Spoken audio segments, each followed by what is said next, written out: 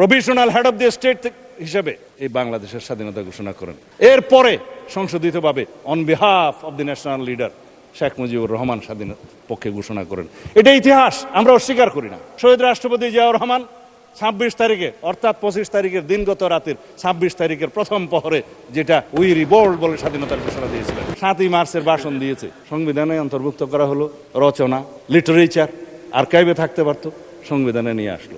তারপর ওই স্বাধীনতার ঘোষণা দিয়েছে বলে স্বাধীনতার ঘোষণাপত্রের পঞ্চম অথবা ষষ্ঠ প্যারাতে বলেছিলেন যে মরহুম শেখ মুজিবুর রহমান, ওখানে মরহুম লেখা নাই, যে যথাযথভাবে ঢাকায় স্বাধীনতার ঘোষণা করেছেন। ইতিহাস কি তা বলে?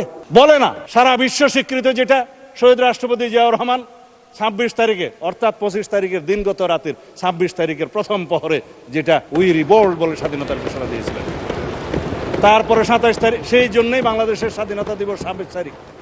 তারপরে 27 তারিখে তিনি কালুরঘাট বেতার কেন্দ্র থেকে provisional head of the state হিসেবে এই বাংলাদেশের স্বাধীনতা ঘোষণা করেন। এরপরে সংশোধিতভাবে on behalf of the national leader Sheikh Mujibur Rahman স্বাধীনতার পক্ষে ঘোষণা করেন। এটা ইতিহাস, আমরা অস্বীকার করি না। দেশে দেশে সবার সাথে দ্য নিউজ।